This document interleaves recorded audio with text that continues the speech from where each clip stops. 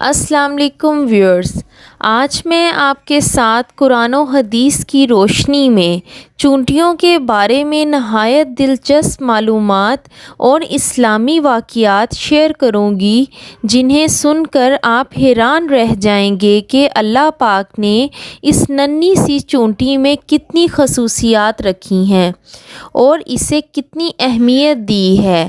سب سے پہلے چونٹیوں کی تعداد اور اقسام کے بارے میں جانتے ہیں۔ جرمنی کے شہر وزبرگ میں قائم جولس میکسیملین یونیورسٹی کے محققین نے یہ دعویٰ کیا ہے کہ ہماری زمین پر 20 کوارڈلین یعنی 2 لاکھ کھرب چونٹیاں رینگ رہی ہیں، جن کا وزن 12 میگا ٹن یعنی 12 ارب کلو گرام خشک کاربن کے مجموعی وزن کے برابر ہے۔ ماہرین نے چونٹیوں کی اقسام کی تعداد 12,000 تک بتائی ہے، جن میں سے چند کے نام اور تصاویر آپ کے سامنے ہیں۔ Citronella ant, field ant, thief ant, fire ant, carpenter ant, harvester ant, leaf cutter ant, crazy ant, odorous house ant, Argentine ant, pavement ant, pharaoh ant, black ant, bull ant, big headed ant, bullet ant, glider ant, honey pot ant, jack jumper ant اور last میں lemon ant. اس کے علاوہ بھی بہت سی اقسام ہیں۔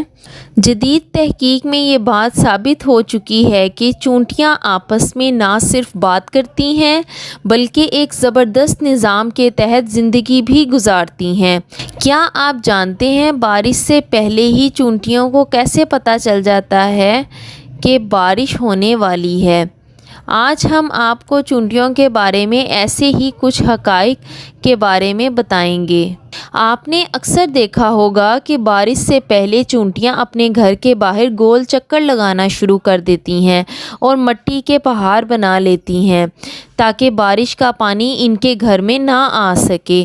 انہیں وقت سے پہلے بارش کا اس لیے اندازہ ہو جاتا ہے کہ ان میں قدرتی طور پر سینسر موجود ہوتا ہے، جسے ہائیڈروفولک کہتے ہیں۔ جب ہوا میں نمی کا تناسب زیادہ ہو جاتا ہے تو چونٹیوں میں موجود یہ سینسر اسے محسوس کرتا ہے اور چونٹیوں کے دماغ کو بارش کے متعلق پیغام پہنچاتا ہے۔ اس لیے چونٹیاں بارش سے پہلے ہی اپنے کھانے پینے اور رہنے کا انتظام کر لیتی ہیں۔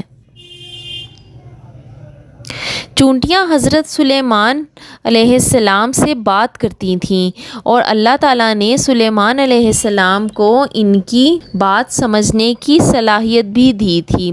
جو بات قرآن نے 1400 سال پہلے بتائی، آج کی جدید سائنس مختلف تجربات کرنے کے بعد اس نتیجے پر پہنچی ہے کہ چونٹیاں ایک زبردست معاشی سسٹم میں رہتی ہیں اور اتنے مشکل سسٹم سے بات کرتی ہیں کہ عقل دنگ رہ جاتی ہے۔ سائنس نے بتایا ہے کہ چونٹیاں آواز سے بات نہیں کرتی بلکہ ڈیٹا منتقل کر کے بات کرتی ہیں، اور ان کا طریقہ یہ ہوتا ہے کہ وہ اپنے منہ سے ایک مواد نکالتی ہیں اور سامنے والی چونٹی کے منہ پر چپکا دیتی ہیں۔ دوسری چونٹی اس سے سارا پیغام ڈیکوڈ کر کے سمجھ لیتی ہے۔ اس لیے آپ نے اکثر دیکھا ہوگا کہ چونٹیاں چلتے چلتے رک کر دوسری چونٹی کے منہ سے منہ لگا کر آگے چلتی ہیں۔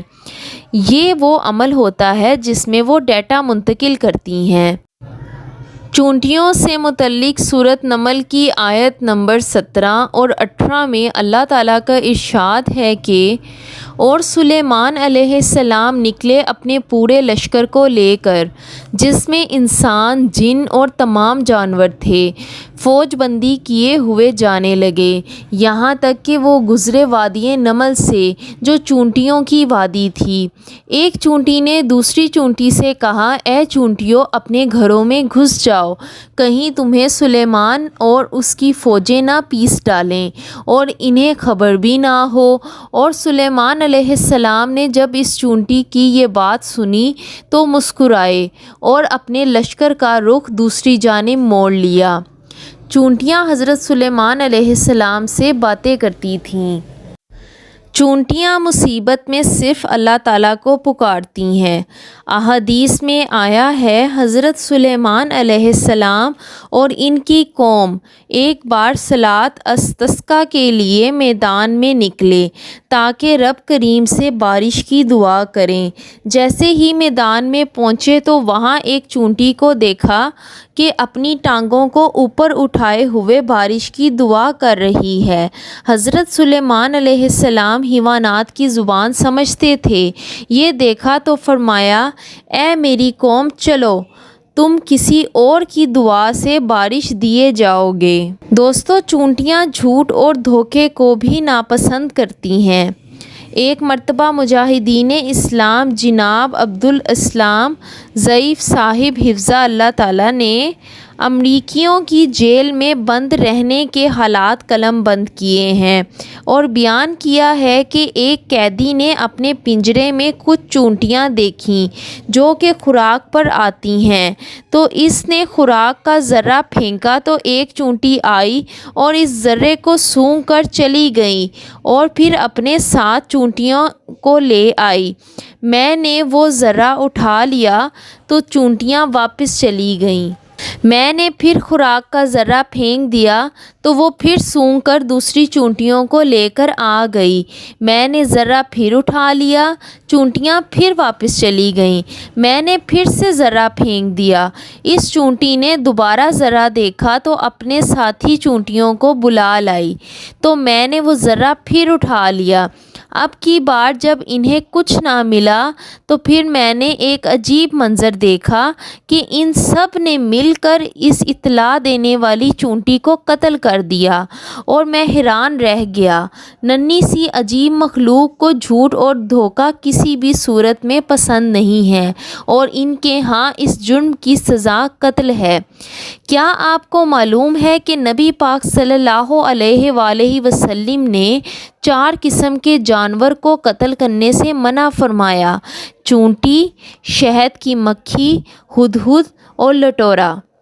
حضرت ابو ہریرہ رضی اللہ تعالیٰ عنہ سے روایت ہے کہ نبی پاک صلی اللہ علیہ وآلہ وسلم نے فرمایا ہے کہ ایک دفعہ اللہ کے انبیاء میں سے ایک نبی درخت کے نیچے آرام کرنے کے لیے رکے تو انہیں ایک چونٹی نے کاٹ لیا، تو انہوں نے غصے میں اس کے پورے بل کو نکالنے کا حکم دیا اور اسے جلا دیا، تو اللہ تعالیٰ نے ان کی طرف وحی کی کہ آپ کو تو ایک ہی چونٹی نے کاٹا تھا، باقی چونٹیوں کو سزا کیوں دی؟ ان روایات سے یہی معلوم ہوتا ہے کہ چونٹیوں کو بلا وجہ مارنا جائز نہیں ہے۔